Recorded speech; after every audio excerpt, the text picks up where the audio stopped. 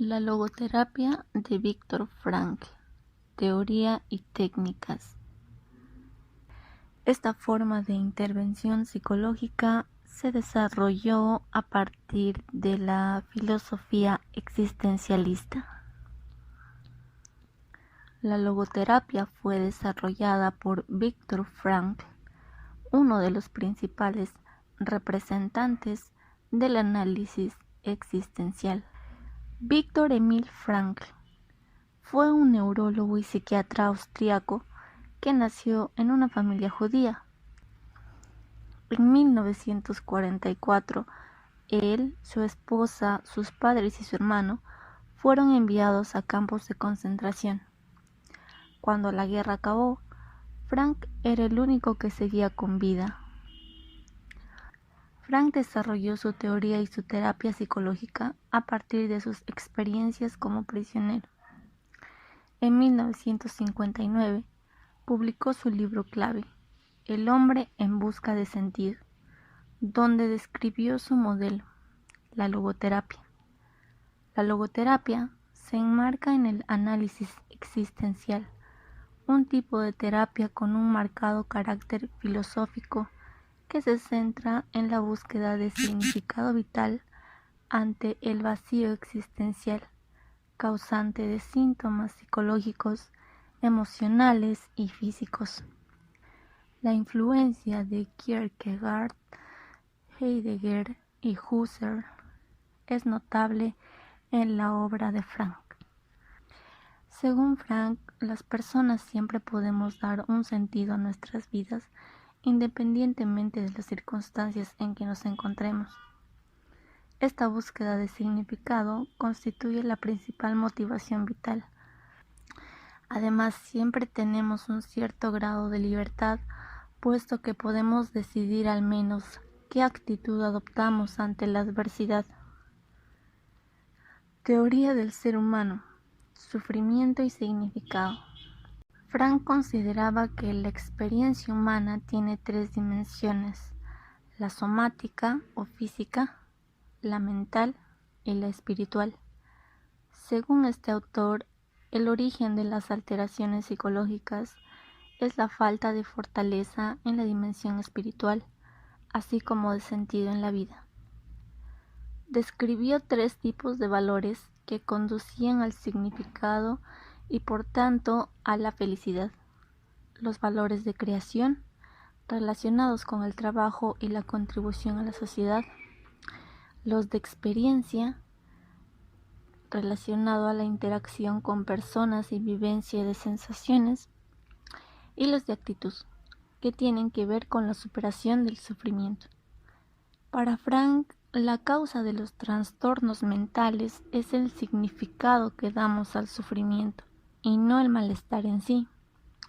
Este planteamiento básico se oponía al reduccionismo del conductismo de la época y anticipaba los planteamientos cognitivistas.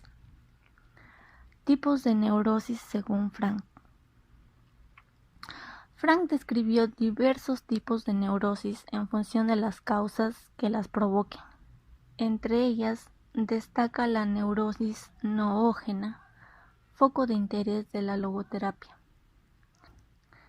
Noógena. La logoterapia es específica para la neurosis noógena, que surge como consecuencia del vacío existencial de la no satisfacción de la dimensión espiritual humana. Cuando una persona no consigue dar significado a su sufrimiento, siente desesperanza y una sensación de pérdida de significado vital. Frank llama neurosis noógena a esa situación. Colectiva.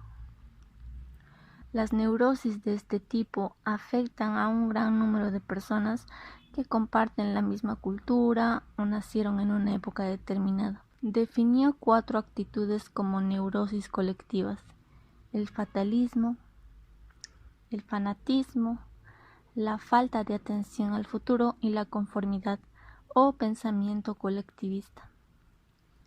De domingo. Muchas personas tratan de dar sentido a sus vidas a través del trabajo y del ritmo frenético de la semana. Cuando llega el fin de semana, cuando tienen vacaciones, cuando tienen tiempo libre, aparecen sentimientos de apatía, aburrimiento y vacío existencial. En la teoría de Frank, esto se conoce como neurosis de domingo y es considerada un tipo de depresión. 4. De desocupación. La neurosis de desocupación es similar a la de domingo, pero se prolonga durante más tiempo. Cuando una persona no tiene ocupación o trabajo, tiende a experimentar un estado de apatía y sentimientos de inutilidad por falta de metas visibles. Psicógena, reactiva, somatogénica y psicosomática. Esta clasificación se refiere a los factores que originan la alteración. Las neurosis psicógenas tienen causas psicológicas, como las actitudes, mientras que las reactivas se deben a una respuesta intensa del organismo a la presencia de síntomas somáticos o psicológicos. Las neurosis somatogénicas se deben a disfunciones biológicas, como el hipertiroidismo o la reactividad excesiva.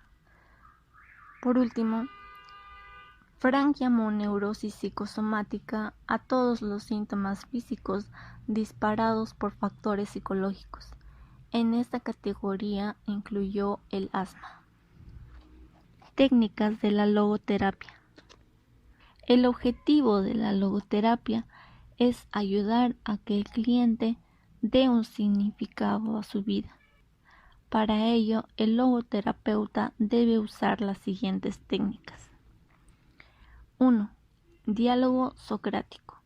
Los diálogos socráticos consisten en desafiar las interpretaciones que hace el cliente de distintos sucesos, es decir, su sistema de creencias, a través de preguntas basadas en la lógica.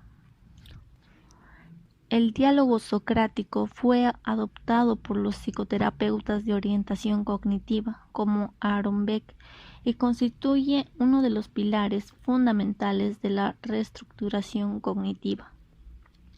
2. Desreflexión.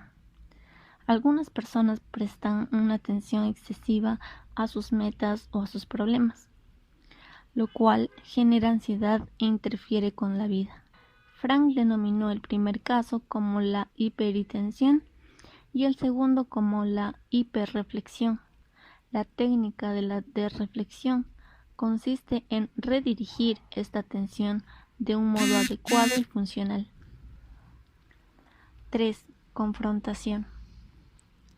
La confrontación es una técnica básica de la psicoterapia en general. Se trata de hacer ver al cliente las incongruencias y la inadecuación de determinadas conductas y actitudes, de modo que pueda ser consciente de ellas y modificarlas. 4. Intención paradójica. Frank llamó intención paradójica a una técnica consistente en hacer que el cliente intensifique sus síntomas en contextos nuevos, promoviendo que el síntoma pierda su funcionalidad. Dicho de otro modo, se pretende que el cliente provoque intencionadamente aquello que teme, de modo que se genera una contradicción lógica, muchas veces humorística. En la actualidad, la intención paradójica se considera una técnica eficaz para manejar distintos problemas. Por ejemplo, el insomnio de conciliación. Este insomnio de conciliación funciona porque cuando la persona pasa a desear que ocurra un suceso que normalmente le provoca ansiedad u otras emociones negativas, tales consecuencias asociadas no se producen.